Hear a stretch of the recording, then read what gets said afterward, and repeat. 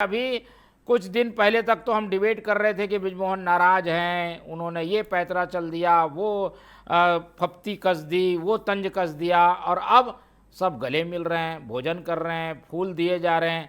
क्या बताता है होता जी, इसके पीछे की वजह क्या है? क्या बृजमोहन सबको साधने में लगे हैं, या कोई उनको निर्देश आया है कि ऐसा करो तब वो ऐसा कर रहे हैं? मोहन जी, सबसे पहले आपको बहुत बहुत अभिनंदन, हार्दिक बधाई कि आपने हमारे रायपुर प्रेस क्लब का अध्यक्ष बने। आपकी बहुत बहुत शुभकामनाएं। आज जिस बात को लेकर हम चर्चा कर रहे हैं, इसमें क्या बीजेपी को चिंतित होनी चाहिए या कांग्रेस को खुश होनी चाहिए? दोनों बात नहीं है। मैं इसीलिए कहूंगा दोनों बात नहीं है। बृजमोहन अब छत्तीसगढ़ की, अब देखिए, जो जो छत्तीसगढ़ के प्रभारी रहे राज्य बनने के बाद, कभी ना कभी उनको देश का, संगठन का अध्यक्ष पद मिला। अमित शाह को छोड़ दें तो बाकी सभी लोग रहे, राजनाथ सिंह रहे, जेपी नड्डा रहे, नितिन नवीन, सब बहुत करीबी से बृजमोहन जी को जानते हैं। जिस बृजमोहन जी ने अभी आरोप लगाया, हाईकोर्ट चले गए, उन्होंने अभी खाने पे बुलाया है उसी मंत्री को और बाकी मंत्रियों को।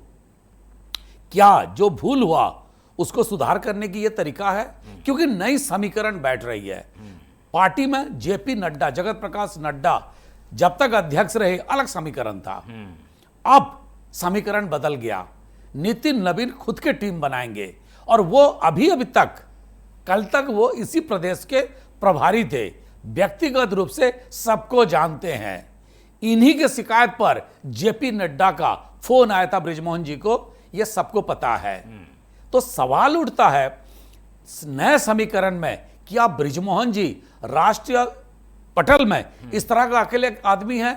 मैं कहूंगा नहीं। अगर आप देखेंगे उड़ीसा की राजनीति, बाजू में धर्मेंद्र प्रधान, जिनके नाम था कि वो अध्यक्ष बन सकते थे, पार्टी के राष्ट्रीय अध्यक्ष, वो गए जुएल ओराम के घर में, और उड़ीसा के चीफ मिनिस्टर, वो भी मोहन, आप ही का एक ही नाम है, मोहन मांझी, वो भी गए, सब उसी पार्टी में अटेंड किए। लेकिन एक सवाल इसमें मैं देख रहा हूं, वो है इस तरह का भोज जो प्रदेश से एकमात्र मंत्री है तोखन साहू, आयोजित वो करना चाहिए था, वो क्यों नहीं किए? और ये बृजमोहन जी क्यों किए?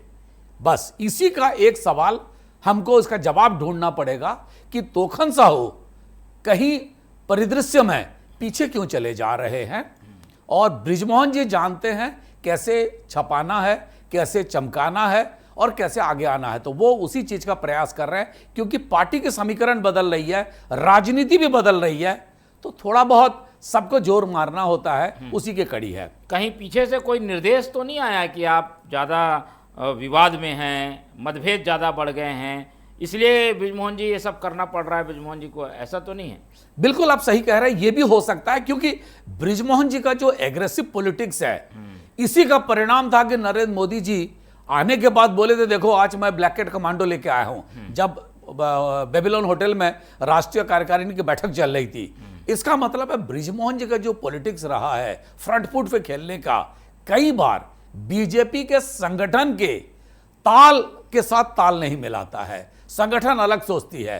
तो अभी जो पिछले दिनों जो बातें हुई जमभुरी को लेकर, उनके अपने ही पार्टी के सरकार के खिलाफ हाईकोर्ट चले जाना, क्या पार्टी संगठन से अनुमति लिए थे? उस वक्त प्रभारी थे, प्रभारी के संज्ञान में लाए? अगर नहीं लाए तो अभी उसी संगठन के जो व्यक्ति थे, जो संगठन के छत्तीसगढ़ के प्रभारी थे, वो राष्ट्रीय अध्यक्ष है, अनुशासन का डंडा उन्हीं के हाथ में है। तो निश्चित रूप से थोड़ा बहुत तो ऊपर से आदेशित होता है, आप इस तरह की चीजें करो। और मैं दूसरा चीज कहूंगा, मैं जिस जुएल ओराम का जिक्र किया, उड़ीसा में भी पार्टी के जो छवि है थोड़ा खंड होने की दिखाई दे रहा है। कुछ लोग मुख्यमंत्री का विरोध करें, यहां कुछ लोग इसी उम्मीद में हैं शायद मुख्यमंत्री को हम प्रभावित कर पाए या उस कुर्सी तक नजदीक पहुंच पाए। मुझे लगता है कोई वैकेंसी फिलहाल छत्तीसगढ़ में नहीं दिख रहा है, इसीलिए इस तरह के प्रयास को बहुत ज्यादा भाव नहीं देना चाहिए। हां, यह जरूर है, विष्णुदेव साय की सरकार में विष्णुदेव रोज और मजबूत होते जा रहे हैं, और ये बता रही है कि अभी कोई वैकेंसी नहीं है छत्तीसगढ़ में। ठीक है, तो होता जी ने बहुत साफ गोई से सब कुछ समझा दिया है, और इससे एक बात समझ में आती है कि लड़ने से ज़्यादा जुड़ना बेहतर होता है, और इसीलिए शायद बृजमोहन जी ने ये राजनीतिक दांव चला है।